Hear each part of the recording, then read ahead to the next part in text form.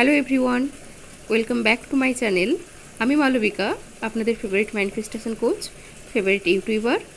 কথা হবে law of assumption নিয়ে, ম্যানিফেস্টেশন নিয়ে, self love, self care, self concept নিয়ে।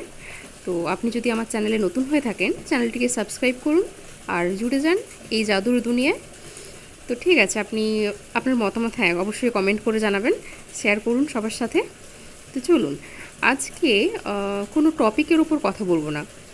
আজকে ওভারঅল ম্যানিফেস্টেশন কিভাবে কাজ করে, আপনার সাবকনশিয়াস মাইন্ড কিভাবে কাজ করে, এটা নিয়ে একটা কথা বলি। ম্যানিফেস্টেশন হলো এমন কিছু নয় যেটা আপনি এই প্রথম শিখছেন বা ইউটিউবের মাধ্যমে হোক বা যেভাবে হোক এখন জানছেন। মেনলি আসে ওই ল অফ অ্যাট্রাকশান দিয়ে শুরু হয় এই জার্নিটা সবারই মোটামুটি, কারণ কেউই হুট করে ল অফ অ্যাজাম্পশান এসে পড়ে না। সবাই ওই প্রথমে ট্যারোট, অ্যাস্ট্রো, হেন তেন, তারপরে ল অফ অ্যাট্রাকশান নিয়ে অনেক দিন থাকে। ল অফ অ্যাট্রাকশানের লিমিটিং বিলিফ নিয়ে যখন প্রচণ্ড ভারাক্রান্ত হয়ে যায় আর পারছে না, সেই মুহূর্তে তারা ঠিক ল অফ অ্যাজাম্পশানের খোঁজ পায়। এটা আমার ক্ষেত্রেও হয়েছে। অতএব যারা ল অফ অ্যাজাম্পশান নিয়ে জানেন, ল অফ অ্যাজাম্পশানে পর্যন্ত এসে পৌঁছেছেন, তারা এই জার্নিটা করেই এসেছেন। তারা ওই tarot, astro, law of attraction ওই জার্নিটা করেই এসেছেন, ওদেরকে পেছনে ফেলেই আপনি এসেছেন। তো এতদূর যখন এসেছেন, তখন এটা নিশ্চয়ই বুঝে গেছেন যে এটা আমাদের যেটা আমরা রিয়েলিটি বলি, এটা ভীষণভাবে একটা জাদুর দুনিয়া। মানে আমরা যেটা ভাবি, যেটা বলি, সেটা কিন্তু সত্যি হয়। আপনি বিশেষ করে আপনি যেটা বিশ্বাস করেন, ভীষণভাবে যেটা বিশ্বাস করেন, দেখবেন সেটাই আপনার সাথে হয়। আপনি তো বলবেন এটা হয় বলেই তো আমি বিশ্বাস করি। না, ওটা হয় বলে আপনি বিশ্বাস করেন, সেটার থেকেও বেশি কথা, আপনি যেটা বিশ্বাস করেন সেটাই আপনার সাথে হয়। সে আপনি যে কোনো জিনিস সম্পর্কে, মানুষ সম্পর্কে, যা খুশি সম্পর্কে আপনার যে বিশ্বাসগুলো থাকে না, সেগুলোই আপনার রিয়েলিটিতে আসে।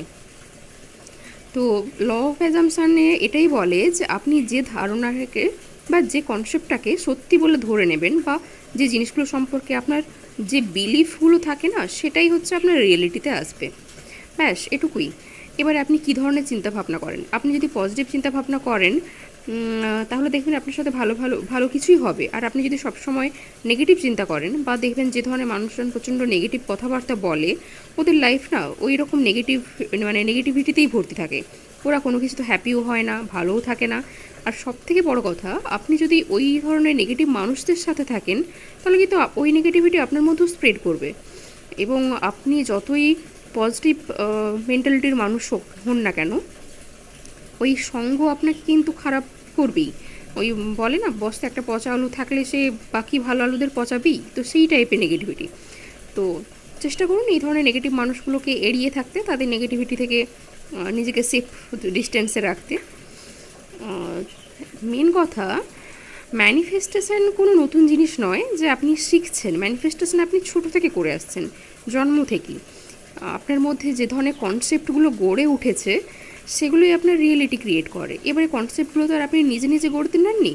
আপনার ফ্যামিলি, আপনার চারপাশের লোকজন, আপনার পরিবেশ, আপনার বন্ধুবান্ধব, যাদের সাথে মিশেছেন, তারা যে ধরনের কথাবার্তা বলে, সেই ধরনের জিনিসগুলো কিন্তু আপনার মধ্যে বিলিফ তৈরি করে, সেটাই আপনার রিয়েলিটি সেভ করে। এই হচ্ছে মোদ্দা কথা। এবার দেখবেন, একটা বাচ্চা যখন ধরুন একটা কোনো বাড়িতে একটা বাচ্চা বড় হচ্ছে, সে সেই জাস্ট 3 বছর, 3.5 বছর বয়স।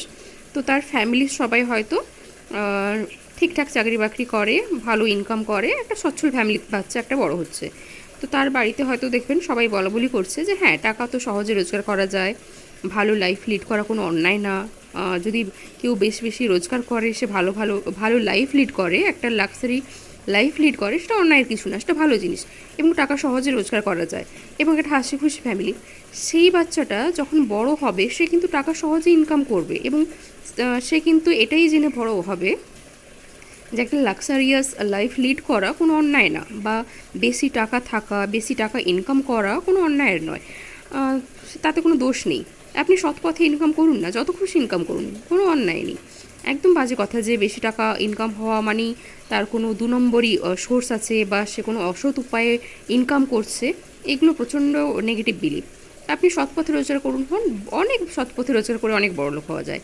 সুতরাং সে বাচ্চা একটা এরকম ফ্যামিলিতে বড় হচ্ছে। আবার ধরুন অন্য একটা ফ্যামিলিতে একটা বাচ্চা হয়তো বড় হচ্ছে, বাবা মা হয়তো দুজনের মধ্যেই আর টাকা নিয়ে ভীষণ নেগেটিভ বিলিফ রয়েছে দুজনের মধ্যে, এরকম একটা বিলিফ যে টাকা তো ভালো না, বা বেশি টাকা থাকা ভালো না, বেশি টাকা থাকলে জীবনে অশান্তি থাকে, বা বেশি টাকা হলে জীবনে ভালো থাকা যায় না, জীবনে প্রচণ্ড অশান্তি হয়, টাকাই সব সমস্যার মূল, এই ধরনের যদি কনসেপ্টের মধ্যে যে বাচ্চাটা বড় হচ্ছে, আর হয়তো তার বাবা মা সবসময় বলছে বা বাড়ি পাশাপাশি যারা আছে তার, যে টাকা কি সহজে রোজগার করা যায়, টাকা কি গাছের ফল, টাকা কি গাছের জিনিস যে নাড়ালেই পড়ে যাবে। ছোটো থেকে আমরা শুনি না যে টাকা কি গাছে ফলে, গাছে ধরে, গাছের নাড়ালেই পড়ে যাবে।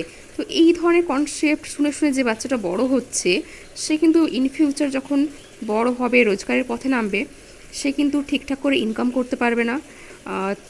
মানে সে প্রচণ্ড বেগ পাবে এক তো টাকা রোজগার করতে, কারণ তার মধ্যে মানে ওই তার সাবকনসিয়াস মাইন্ড রিপ্রোগ্রাম হয়ে গেছে যে টাকা সহজে ইনকাম করা যায় না, টাকা সহজে আসেও না, আর টাকা গাছে ফলে না, যে তাকে আমি সহজেই পেয়ে যাব, আর টাকা ভীষণ খারাপ। সুতরাং তার কাছে না টাকা সে পেতেও ভয় করবে, মানে সে যদি কোনো কারণে ইনকামও করে, সে টাকাটা সে ভোগ করতেও ভয় করবে। মানে তার মধ্যে ওই যে ছোটো থেকে ঢুকিয়ে দেওয়া হয়েছে, সে ওই জিনিসটা শুনে বড় হয়েছে যে টাকা সব সমস্যার মূল, বা টাকা তো ভালো না। এটা কিন্তু তাকে লাইফ ভর বয়ে বেড়াতে হবে, যদি না সে নিজে থেকে পরে তার মধ্যে কনসাসনেস আসে, সে সেটাকে রিপ্রোগ্রাম করে আবার। এই হচ্ছে ফ্যাক্ট। মেন কথা, আপনি যে ধরনের পরিবেশে মানুষ হয়েছেন, যে ধরনের কনসেপ্ট নিয়ে বড় হবেন, সেগুলো না আপনার লাইফে একটা সুদূর প্রভাবী প্রসার ফেলে। সুতরাং ছোটোবেলাটা আমরা কাদের সাথে কাটাবো সেটা তো আমাদের হাতে নেই, কিন্তু যখন আমরা বড় হই, বুঝতে শিখি, এরপর কিন্তু আমাদের হাতে থাকে যে আমরা কী ধরনের মানুষের সাথে মিশবো, বা কী ধরনের মানুষকে আমাদের জীবনে রাখবো। সেই পারমিশনটা কিন্তু আমরা পেয়ে যাই আমরা যখন থেকে বুঝতে পারি, মোটামুটি ইনকাম করতে পারি। তো যদি আমাদের ছোটোবেলাটাও অনেকেরই খুব খারাপ কাটে, ম্যাক্সিমাম এখনকার বাবা মা তো অত কনসাস না, মানে ম্যাক্সিমাম বাচ্চারই ছোটোবেলাটা খুব বাজে কাটে, অনেক বেশিরভাগ ক্ষেত্রেই চাইল্ডহুড ট্রমা নিয়ে বড় হয়।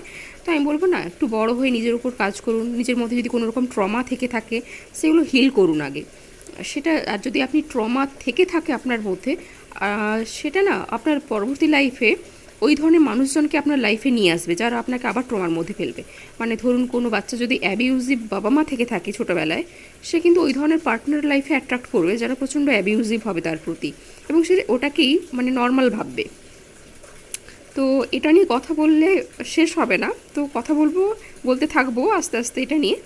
তো ঠিক আছে, পরে আবার কথা বলবো এটা নিয়ে। ভালো থাকুন ততক্ষণ পর্যন্ত, সুস্থ থাকুন, আর হ্যাঁ, নিজেকে আগে ভালোবাসুন, তারপর অন্যদের, আগে নিজেকে প্রায়োরিটাইজ করুন। আর অবশ্যই আমার চ্যানেলটি সাবস্ক্রাইব করুন, পাশে থাকুন। আর 1-to-1 সেশন চালু হয়ে গেছে, আপনার ডিসক্রিপশানে দেওয়া নাম্বারে বুকিং করে আমার সাথে কথা বলতে পারেন। See you soon.